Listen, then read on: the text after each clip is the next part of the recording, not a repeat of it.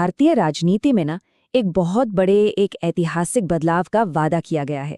एक ऐसा कानून जो सत्ता के गलियारों की तस्वीर ही बदल सकता है, महिलाओं को बराबरी का हक दिलाकर। पर मजे की बात यह है कि कानून पास तो हो चुका है, फिर भी हकीकत से कोसों दूर है। आखिर क्यों? चलिए इसी पहेली को सुलझाते हैं। 33%, ये सिर्फ एक नंबर नहीं है, ये प्रतीक है भारत की आधी आबादी के एक बहुत पुराने, दशकों पुराने सपने का। असल में यही वो संख्या है जो इस पूरे कानून की बुनियाद है। जरा सोचिए इसका मतलब क्या है। पहली बार भारत की लोकसभा और राज्यों की विधानसभाओं में 1/3 सीटें, 1/3 सीट्स सिर्फ और सिर्फ महिलाओं के लिए रिजर्व्ड होंगी। ये कोई छोटा मोटा वादा नहीं है, ये एक संवैधानिक गारंटी है। एक ऐसी गारंटी जो सत्ता के समीकरण को हमेशा के लिए बदल सकती है। तो फिर सवाल ये उठता है कि अगर ये बदलाव इतना जरूरी है, इतना ऐतिहासिक है, तो फिर इसे लागू होने में सालों क्यों लग रहे हैं? मतलब बिल पास हो गया तो फिर इंतजार किस बात का? यही तो वो पहेली है जिसे आज हम समझने की कोशिश करेंगे। चलिए शुरू करते हैं इसके पहले पड़ाव से, एक ऐतिहासिक वादा।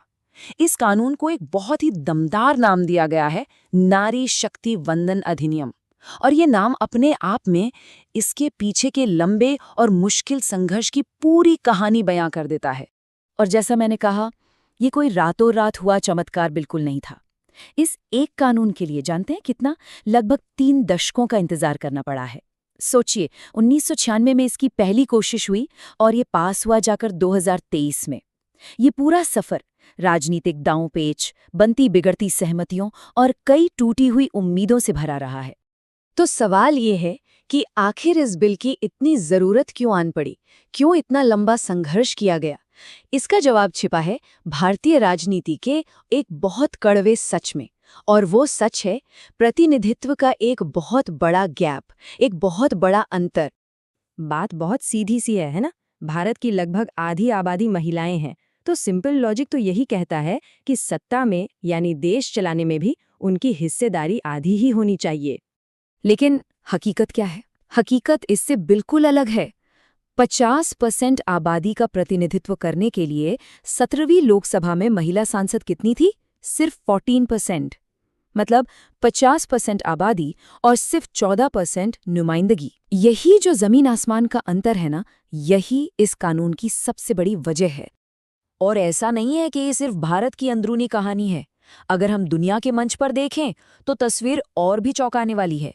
रवांडा और क्यूबा जैसे देश तो हमसे मीलों आगे हैं ही।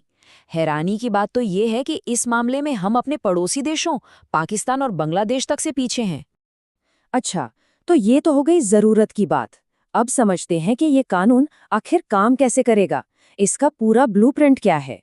देखिए, सबसे पहली बात, ये कानून लागू होगा सीधे चुने जाने वाले सदनों पर, यानी लोकसभा और राज्यों की विधानसभाओं पर, राज्यसभा या विधान परिषदों पर नहीं। दूसरी अहम बात, इसमें SC, ST महिलाओं के लिए एक सब कोटा भी है, यानी जो सीटें पहले से SC, ST के लिए रिजर्व्ड हैं, उनमें से भी 1/3 अब उन समुदायों की महिलाओं के लिए होंगी। और हाँ, एक और बात, ये रिजर्वेशन शुरुआत में 15 साल के लिए है, जिसे बाद में संसद चाहे तो आगे बढ़ा सकती है। और अब आते हैं इस कहानी के सबसे बड़े ट्विस्ट पर, सबसे बड़े सवाल पर। अगर कानून पास हो चुका है, तो फिर ये लागू क्यों नहीं हो रहा? इंतजार किस बात का? यहीं से शुरू होती है असली पहेली, इसके कार्यान्वयन की पहेली। असल में इस कानून को लागू करने के रास्ते में 2 बहुत बड़ी शर्तें रखी गई हैं। 2 बड़े रोड़े हैं, ऐसा कह सकते हैं। पहला, देश में एक नई जनगणना यानी सेंसस करवानी होगी। और दूसरा, उस जनगणना के जो नए आंकड़े आएंगे, उनके आधार पर सीटों का परिसीमन यानी डिलिमिटेशन होगा। और इन दोनों ही कामों में सालों लग सकते हैं, जिसका सीधा मतलब ये है कि ये आरक्षण शायद 2029 के चुनाव तक भी हकीकत न बन पाए। तो इस पूरी देरी के केंद्र में जो एक शब्द है, वो है परिसीमन यानी डेलिमिटेशन। अब ये है क्या? इसका सीधा सा मतलब है कि लेटेस्ट जनगणना के हिसाब से लोकसभा और विधानसभा की सीटों की बाउंड्री को फिर से तय करना, ताकि हर सीट पर लगभग बराबर आबादी हो।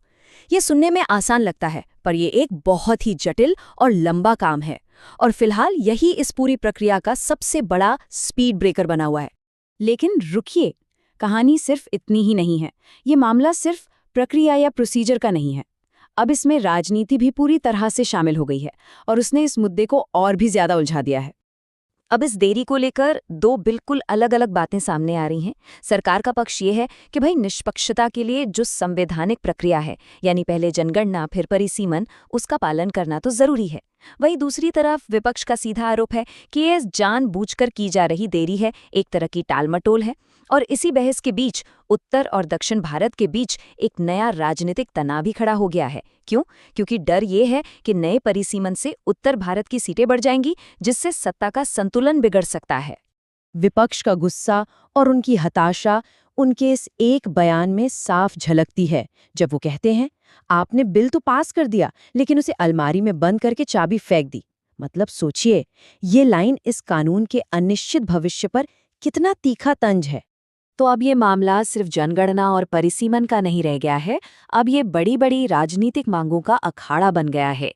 एक तरफ ओबीसी यानी अन्य पिछड़ा वर्ग की महिलाओं के लिए अलग से कोटे की जोरदार मांग उठ रही है।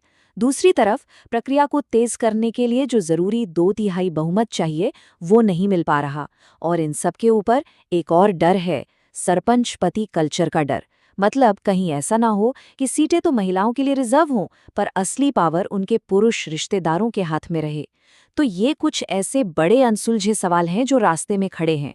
तो कुल मिलाकर हम आज एक ऐसे दोराहे पे खड़े हैं। एक तरफ एक ऐतिहासिक कानून है और दूसरी तरफ प्रक्रिया और राजनीति की दीवार।